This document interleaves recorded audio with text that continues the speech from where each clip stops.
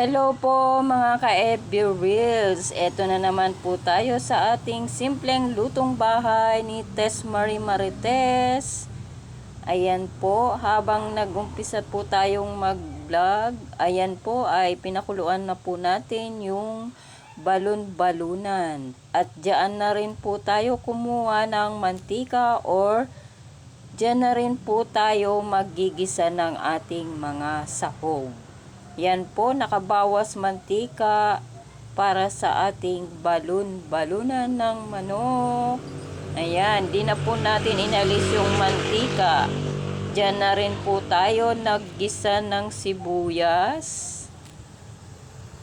Yan, ganyan po yung pamamaraan ng paggigisa. After po na nilaga or pinakuluan natin yung ating balon-balunan at halos magmantika, ay iyon na rin po yung ginamit nating pinaggisahan ng ating sibuyas. Ayan, nalo-halo lang po natin yan na mag-brown. Then, sinunod na rin po natin yung ating bawang. Same proseso po, hinahalo-halo para pantay po yung maging kulay na kulay brown.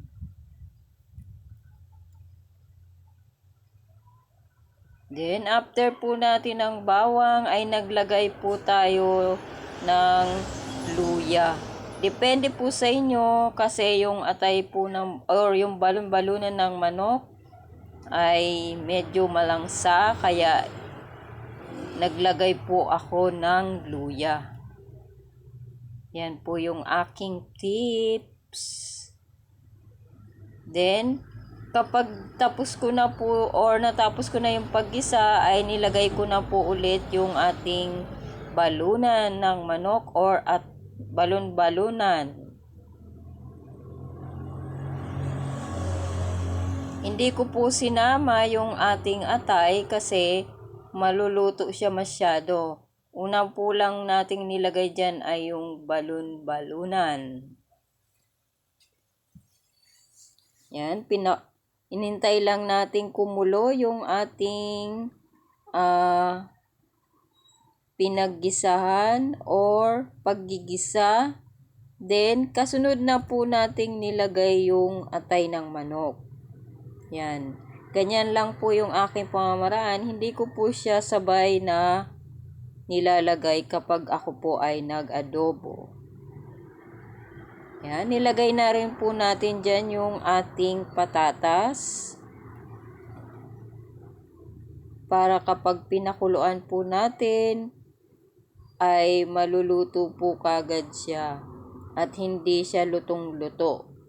Kagaya po ng nasa ating larawan dyan sa parting ibaba. Naglagay po tayo ng konting asin. Tansyahin lang po natin kasi meron na po yung nilagay na toyo. Yan, hinalo-halo lang po natin. Habang kumukulo po yung ating sabaw.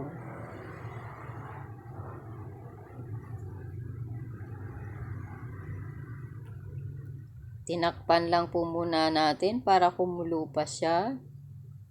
Then, naglagay na po tayo dyan ng suka. Tansyahin lang po natin kung gaano kaasim para hindi po masyadong maasiman yung ating mga kakain. Meron po kasi ayaw talaga ng sobrang asim.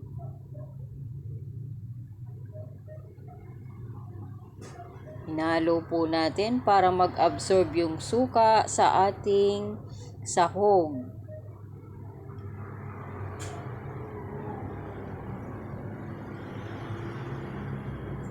Yan, papakuluin lang po natin yan para yung ating suka ay maluto.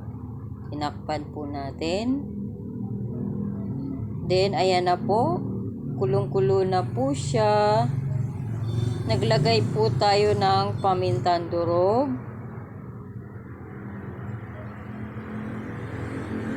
At yan po naman yung dahon ng paminta. Then, may isa pa po tayong last na nilagay, yung ating siling berde. Ayan, pampabango sa ating lutuin. Yan. After po niyan, kapag naluto na po yung siling berde, ay pwede na po nating tikman yung lasa ng ating niluluto, kung sakto na sa asim, sa asin. Yan, tinakpan po muna natin saglit.